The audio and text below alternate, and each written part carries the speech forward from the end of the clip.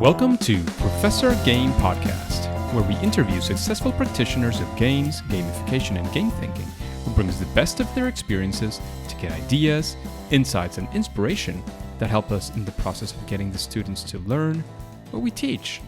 And I'm Rob Alvarez. I teach and work at IE Business School in Madrid, where we create interactive and engaging learning materials.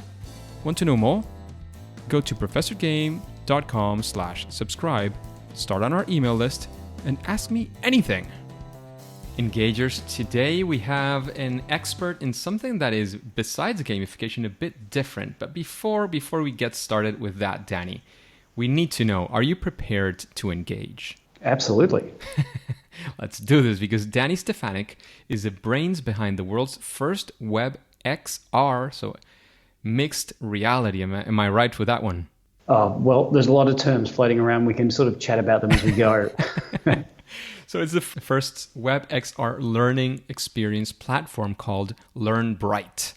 He's also the founder of the 3D internet company ExitReality Inc., the founder of the International Virtual Reality Association, and the chairman of the virtual world's social network, Koinup. He was called a visionary by his peers and deemed by the Wall Street's CIOs and Silicon Valley's VCs to be one of the pioneers in this field, and he has been creating groundbreaking 3D businesses for over, wait for it, 25 years. Isn't that amazing? Danny works with young businesses to share his experiences and give back to the community as well. He has assisted companies with angel investment, international licensing, acquisitions, exits, managing distributed teams, and has personally closed IP acquisitions valued at $85 million.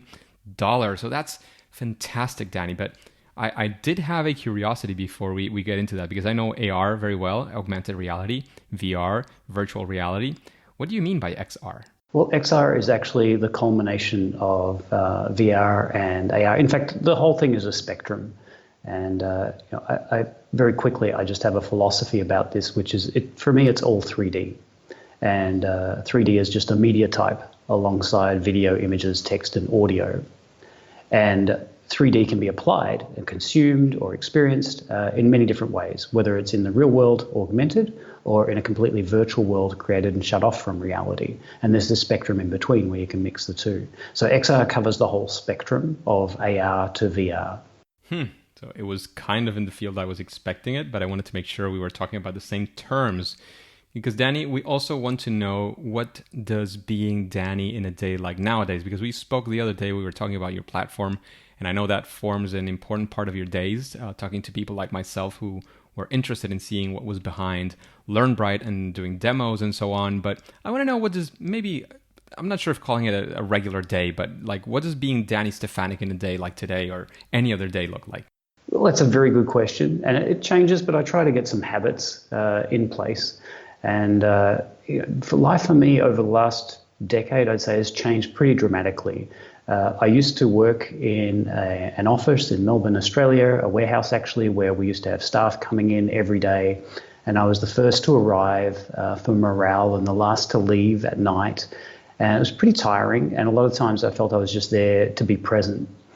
And over the years, I've transitioned more and more to remote work and remote teams. And in fact, now most of our businesses run entirely remotely. I have resources all over Europe and America, and it works really, really well. So one of the key and fun things that I have in a regular day is actually we have stand-up meetings in virtual reality. So because we don't have physical offices, we do meet occasionally, at our serviced offices here and there, or at co-working spaces. But for our daily stand-up meetings, we have them in VR, and we have a 3D office or headquarters where we keep all our documents, our experiments. We all jump in there, and everything's there just like the way it was the day before. And we've been doing that for a year and a half now. It's actually pretty incredible. It's kind of something I dreamt about 20, 30 years ago, getting into VR. And, now it's something that I do every single day.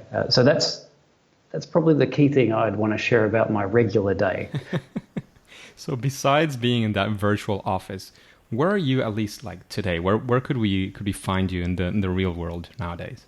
Well, right now you're talking to me in Spain, but my home is in Melbourne, Australia. We're headquartered out of Phoenix in the US, but probably 50-50 between the States and Europe, based on clients and various businesses that I'm involved in. That's great. That's great. And from your intro, before we get into the questions, I just have, again, I'm very curious about many things. And one of the things when you were mentioning you guys meet in a virtual office, what would you say are like, in a few seconds, key benefits of having a virtual office versus, I don't know, speaking over Skype or Google Hangouts or whatever tool you'd like to use? Yeah, that's a good question. I mean, we use Slack. We used Slack prior to doing our virtual meetings online, and it's nice asynchronous messaging. You get to leave things for people to read. Occasionally, you get together and you're having real-time messaging, and that's kind of useful.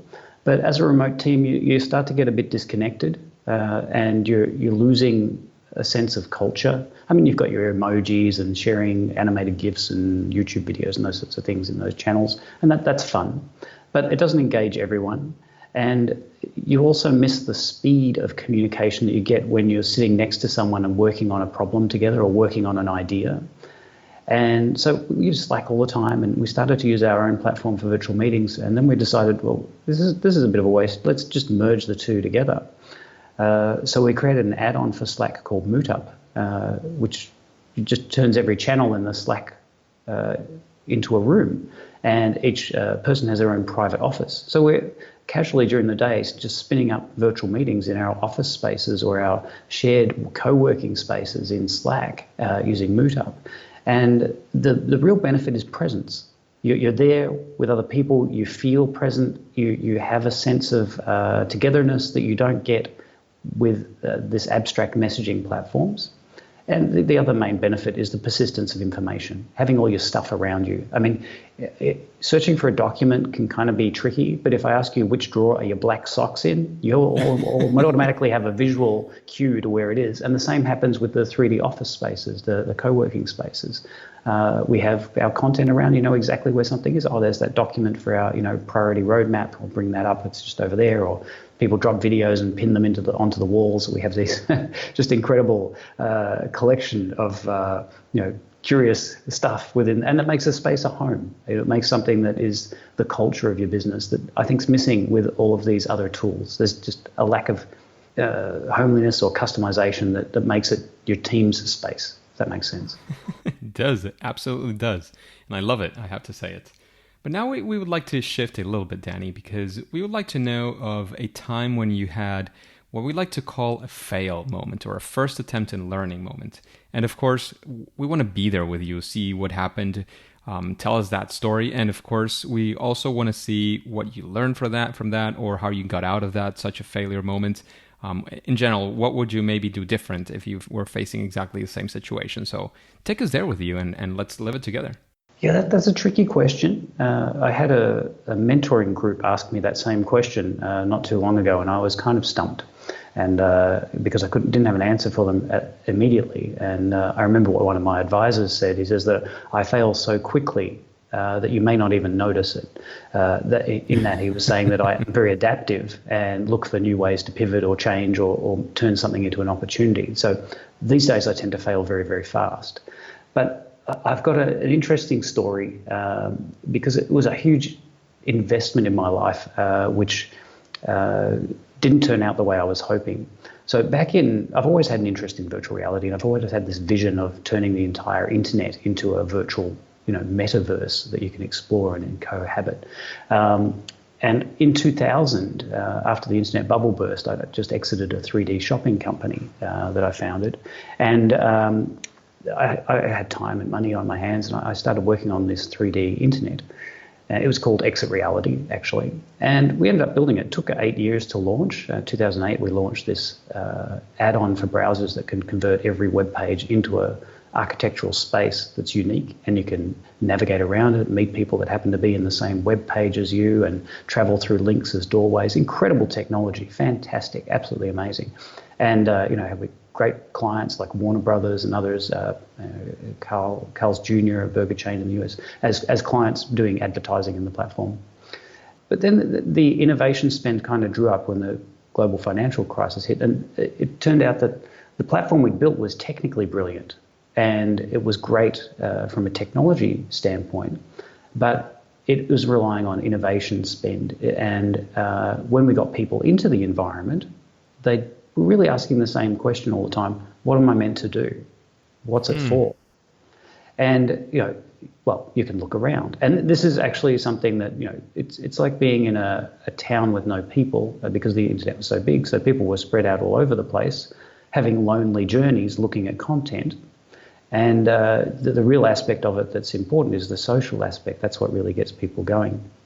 And you need a critical mass of people before that happens. So you need to be something that has millions and millions of users from, very early on to make that worthwhile. So the real failure here was that we didn't anticipate and didn't learn about how people needed to be given challenges and to be led through learning challenges from a base and continually. So this is actually something that informed things that I did later on. So we acquired virtual worlds. There was VSide and Twinity, which is kind of a mashup between Google Earth and Second Life. And, in these games, we have a lot more leveling up. We have people doing challenges, and there's lots of barriers to becoming, having more access to more features or access to more content. And these barriers can only be achieved through actions in the game, so gamification. And that's what was missing was from this ExitReality platform. Incredible technology, incredible platform, but it didn't have the incentives for users. And so having created the 3D internet, it was a failure because it didn't gamify the experience for the participants. So the key learning here would be actually to think about the motivations of people, I would say. That would be in there. And some of the motivations were precisely those challenges. You also mentioned that people felt lonely. So that social interaction as well. So I think there's many key learnings there that we could take. We could sit down and talk about each one of them. But Danny, let's shift. Let's go into another story in which you might want to tell us about a big challenge that you faced or something that you were interested in creating or doing, and you actually went and did your thing, and using, again, gamification, game design strategies, and so on, you actually had a massive success. Which I'm sure you have many of these stories, but tell us one of them, and what would you maybe attribute most of the success to? What are some of the key features or things that you would attribute that success to? I'm trying to think what I'd term as a massive success.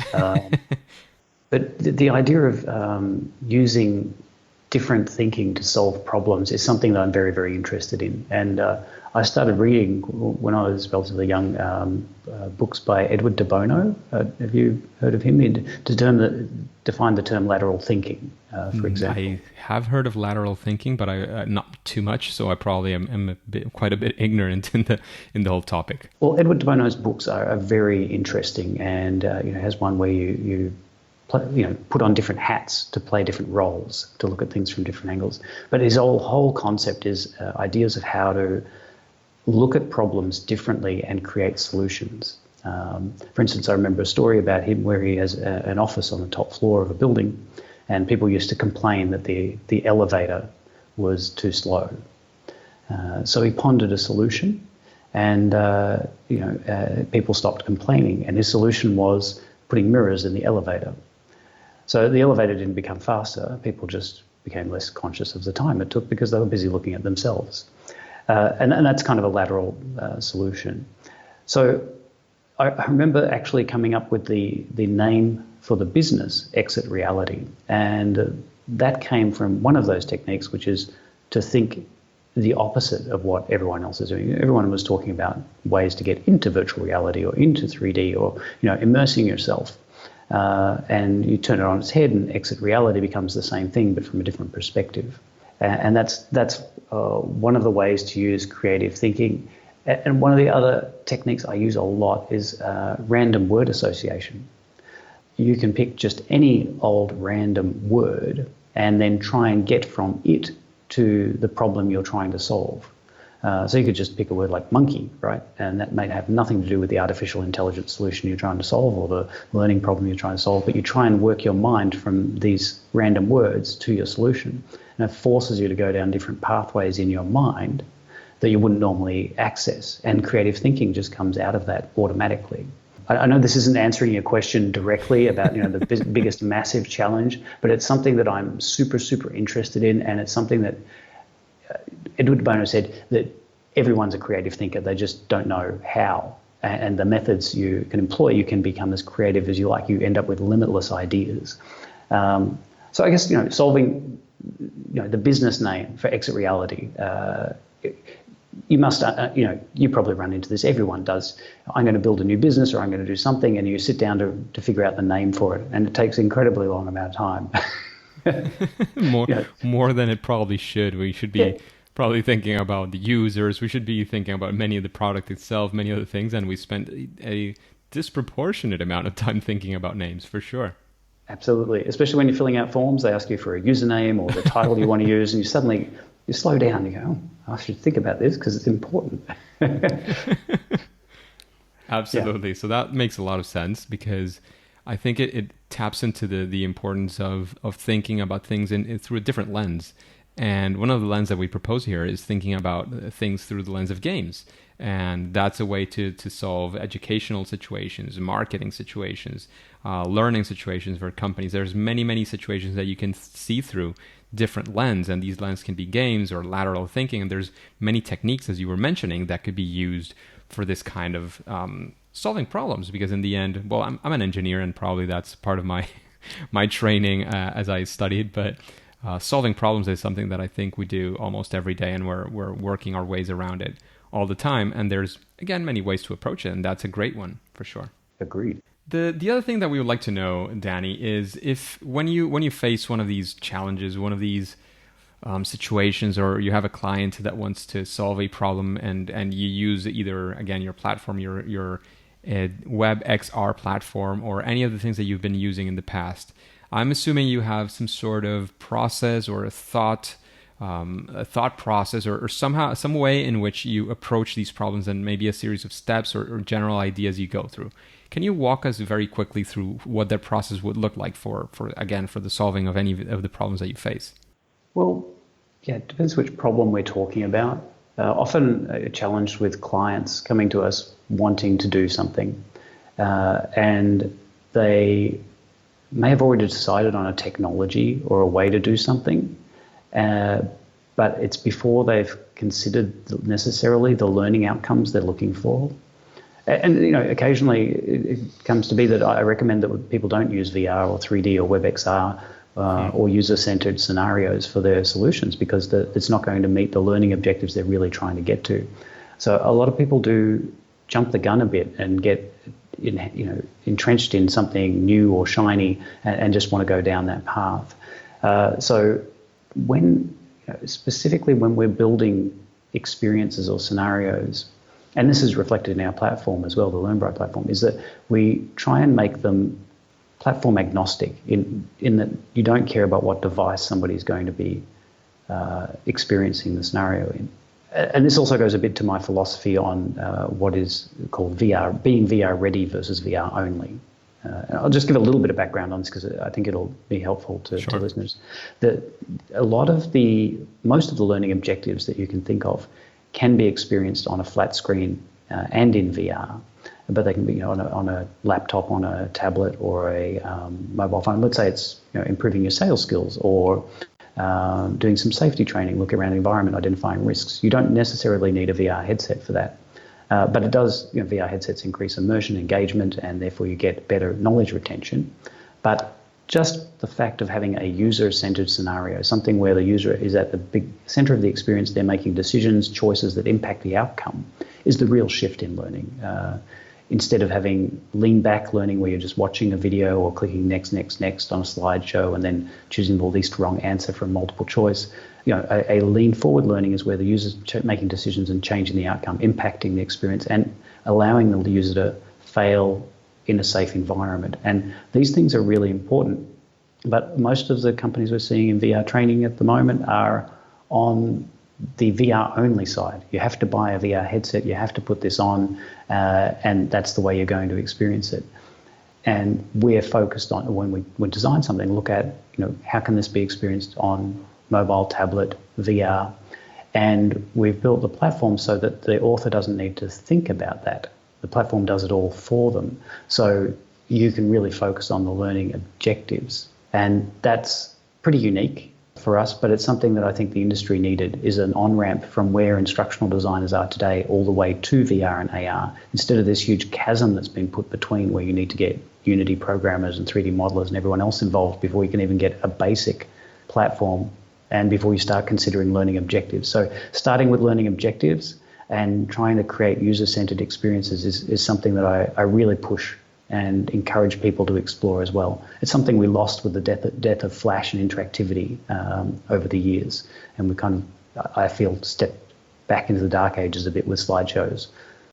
Actually, what you're saying, I completely agree that there's many people trying to jump the bandwagon first and go ahead and say, well, I saw the other day somebody who had this racing game. It's like, yeah, but that was for a sales team, which maybe it makes sense for that sales team. But what you're looking for is, I don't know, for your people who are in a support line, for people who are thinking of committing suicide. Do you think they are the same profile of people? Some of them are salespeople, and these are people who are giving psychological support to people over the phones. It's like, well, yeah, but it was very exciting, how these cars and racing. And it's like, well, that kind of thing, I'm sure you face it more often than you'd like to. And of course, you help them go through that process. But another thing that you were mentioning that I found very, very interesting as well is this whole thing about the Flash environment and people needing to go through technology before thinking of the learning objectives. And I think having a platform like what you mentioned about your platform, demystifying, so to speak, the difficulty of all this and approaching it to people, it can be very, very useful. But even, and this would be my calling, so to speak, even if you don't have that figured out, even if you're not going to work with Danny and LearnBrite that are simplifying this part of the process, I always invite people who are thinking of creating any learning solution. The first thing that you have to think about is, what is your objective? And in the case of learning, it's usually, what is your learning objective? And then if you're going to use a specific tool, like this platform like LearnBrite, why do you want to use that and not a slideshow? Like, what are you trying to achieve? I'm not saying it's not better, because of course it is better. But what I mean is, if you don't understand what you're trying to achieve, it's hard to achieve it, let alone measure it. But again, it was just a reflection point which I arrived to listening to you, and I thought it was very, very interesting, all that you were diving into. Yeah, I completely agree. And one thing, it does irritate me when I see games used just for games. So in learning environments where I'm going to learn a bit of content, and then I'm going to play a game that's a puzzle or a bit of racing. And then once I've done that, I can then go to the next piece of content. And effectively, they're just games in between content that have no direct correlation except to create a gap between the pieces of content. That really irritates me, because it's not matching the learning objectives. And when you said about other tools, of course you can build user-centered experiences in slideshows too. If you can do basic branching and allow a user to make choices and follow different outcomes, then you've created a user-centered scenario. Just two choices. This path is failure, this path is success. If they fail, let them loop back into making another choice again. That's enough to start people getting control of the experience. So it's not difficult. And furthermore, we've got younger audiences which demand this. They are used to all the fantastic $1 million experiences on all the platforms online. If you give them a linear experience, they're just going to switch off and not pay attention. As soon as you engage them and make choices, you've got them back in the engagement seat. So it doesn't need to be VR or complex or anything like that. Yeah, absolutely. Hey, engagers, this is a quick break because, as some of you might already know, Professor Game has partnered with Gamification Europe as media sponsors once again for 2019's conference in Berlin. We have also managed to secure a 10% discount for the engagers to attend to the conference. To collect your discounted tickets, all you have to do is go to professorgame.com/gamificationeurope. If you do, you are not only getting a special offer, you're also supporting Professor Game through this affiliate link. As you know, Gamification Europe is a growing conference in its third edition, and quite an exciting as well as a unique opportunity to get to meet top experts in gamification from all around Europe and the world. So you can get to meet many of the speakers and the people who have been interviewed in Professor Game Podcast. And if you haven't already, I'd also love the chance to get to meet you in person because, of course, I will be there. If this also sounds engaging for you, then just click pause, go to professorgame.com/gamificationeurope and get your discounted tickets. So, Danny, what would you say is something that maybe we would coin as a best practice or something that any gamification-inspired or game design-inspired project could benefit from? So to speak, again, maybe a best practice or an element or something that you would say, like, use this or think about this when you're creating these projects, and almost any project like that would probably benefit from. Well, that's a great question because only a week or two ago, I put together the first draft of what I call the VR training canvas. And I posted it on LinkedIn, but I'll give you a link after as well. The VR training canvas is, assuming you've already chosen 3D or user-centered experiences as the way you want to go, the VR training canvas helps you rapidly create a one-page plan of the scope and includes things like what are the stakeholder expectations according to do they want realism or do they want high interaction? Do you need to use 360 videos or can you use 3D models? And that's one way to rapidly get a scope together for a user-centered training experience. So that's something I definitely want to share with people. It is draft number 1, and it's going to be improved over time by other professionals contributing to it. But yeah, the VR training canvas is definitely my go-to, and that's how we scope our projects. There you go, engagers. You will have it in the show notes. You just go to professorgame.com, type Danny with 2 N's and a Y at the end. You will find the show notes for this episode, and you will be able to click that link directly into the VR canvas. Is that correct? VR training canvas, yeah. It's kind of based loosely off the idea of the lean business model canvas, yes, which is a great concept to study as well. If you haven't heard of it, that's definitely worth considering if you're running a business or even freelancing. But that's the idea too. If you want to draw some inspiration as well, you might want to look at the gamification model canvas as well. It was created in Spain. We were talking about Spain not long ago. Yeah, we should definitely link to that in the notes as well. Beautiful. So the other thing that we would like to know is, after listening to these questions and understanding what this interview goes around, is there anybody that might come to your mind that you would like to listen to in an interview like this one in Professor Game? Well, I think you've interviewed the people that I already admire. I mean, Carl Kapp is definitely high on my list, and I know you've interviewed him and Ann Copens, and if you... This can be, the note to Santa Claus. This is exactly like he's actually a very good friend by now. I think it was Bernardo saying that he wanted to listen to Miyamoto from Nintendo. So, I'm not saying we'll have Miyamoto, but you can, if that's what you're a place where you would like to draw inspiration from, let's see if we can get him as well. I think there's a gentleman that I think would be worth speaking to, is a gentleman named Dan Airley. And Dan Airley wrote a fantastic book. It's called Predictably Irrational. Yeah. And what I love about that book, and what my wife doesn't like about the book, is that every time I was reading a chapter, hey, did you know this? I've got to tell you about this story, this experiment that they ran, and how we can rely on people doing irrational things predictably. And it's just such an engaging book, but also thinking the ideas behind it and the experiments that they designed. That's someone I would definitely be inspired to listen to. Absolutely. Dan Ariely from Predictably Irrational. So that's a great book, as you mentioned. And you were talking about books. So is there, aside, of course, from Predictably Irrational, or maybe it is Predictably Irrational, what book would you recommend to the engagers, to the audience, and why? Well, I would definitely say Predictably Irrational. And I would recommend grabbing any book by Edward de Bono. He recycles quite a lot of the ideas, but I think just picking up any one of them and working through his creative mind flow concepts, how to unlock your creativity, it's really great, because you can just, any moment you think you're stuck somewhere, you can accelerate things, break through, and make decisions really quick. And making quick decisions is kind of important. Fantastic. That's a great recommendation. There's also a book that I've heard about but haven't read, or if I have read, it was a long time ago and I've forgotten. It's called Hooked. Yes, by Near AL. Yep. So creating incentivized actions. And this is a little bit offbeat, but there's a gentleman I've been listening to various talks from named Alan Watts. He was a speaker of some time ago in the beatnik generation, but he has some great ideas on decision making. And one of my favorite on that is that, to oversimplify it, the idea that decisions are just interplay. So, whenever we're going to make a decision, we spend a lot of time, we ponder this, we ponder that.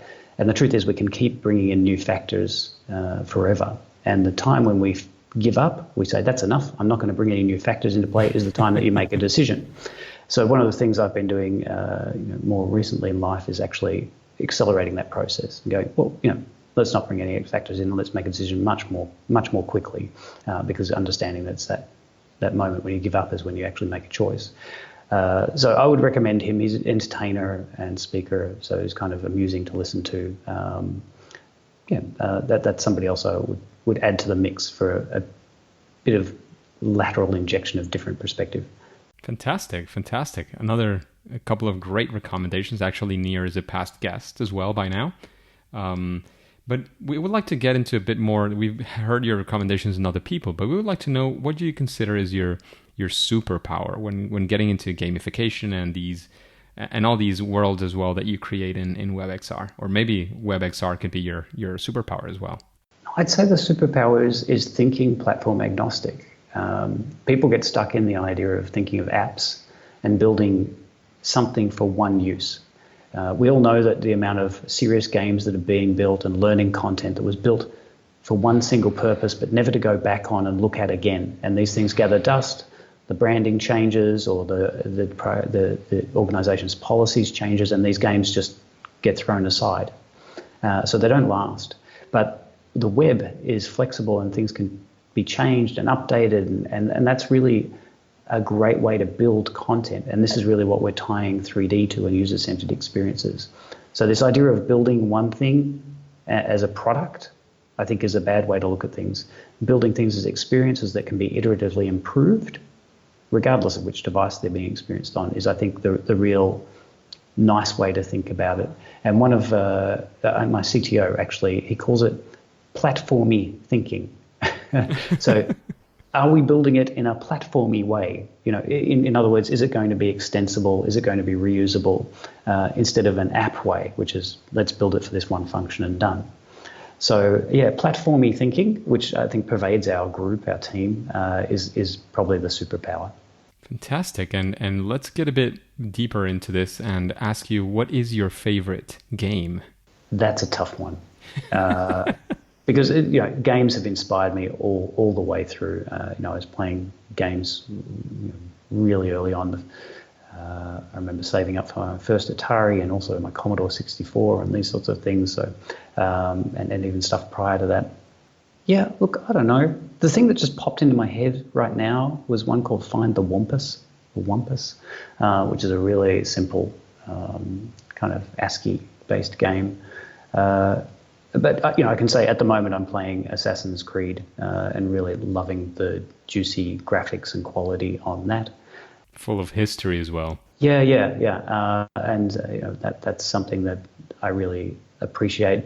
And also the little bit of in me that would like to see that become actually a virtual world that you can inhabit. I know there's lots of tricks with shaders and things that go on to make that possible the way it is at the moment on flat screens. But to be able to step into those environments in virtual reality is not too far away in the future. And that's pretty tantalizing as an idea. Absolutely. And in fact, the VR platform of PlayStation 4 is pretty well set up for those kinds of experiences. Yeah, I think Beat Saber on the PlayStation 4 is my only form of exercise. That's great. So Danny, we're running out of time, but before you leave, I'd like to know if you have any final piece of advice to leave the engagers with, and then we'll get into the plug zone, of course, and then we'll say it's game over. So take it away. Yeah, my only advice, actually what I just said about making decisions quicker, failing quicker and learning from that quicker and not taking too long. And especially if you're out there in business land or you're thinking about doing something entrepreneurial, take it, do it. You don't want to let life slip away while you're waiting and pondering whether you should do something. And where can we find you or LearnBrite? I don't know, webpage, social media. Again, Plug Zone. Where can we find more about your work and your company? Look, I'm living in LinkedIn at the moment, so that's probably the best place to find me and connect with me.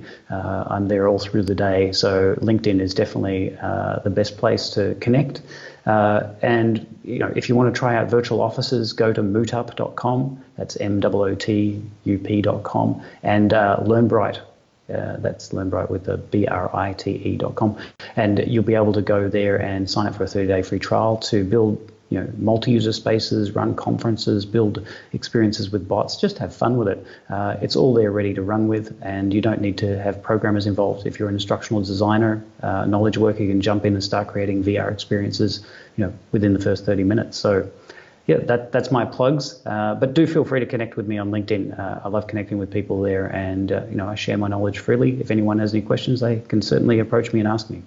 Fantastic. Thank you very much for sharing all of that knowledge today here with the Engagers, for that very kind and generous offer of connecting through LinkedIn and making any further questions.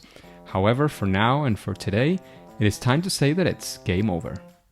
Hey Engagers, thank you for listening to Professor Game Podcast. And if you want more interviews with incredible guests like Danny, then go to professorgame.com/subscribe and get started in our email list. That way, we can be in contact, and you will be the first to know of any opportunities that Professor Game might have for you. And before you go on to your next mission, would you like to know how Paul Darvasi got into games and gamification in the classroom and even into his PhD? Then subscribe using your favorite podcast app and listen to the next episode of Professor Game. See you there.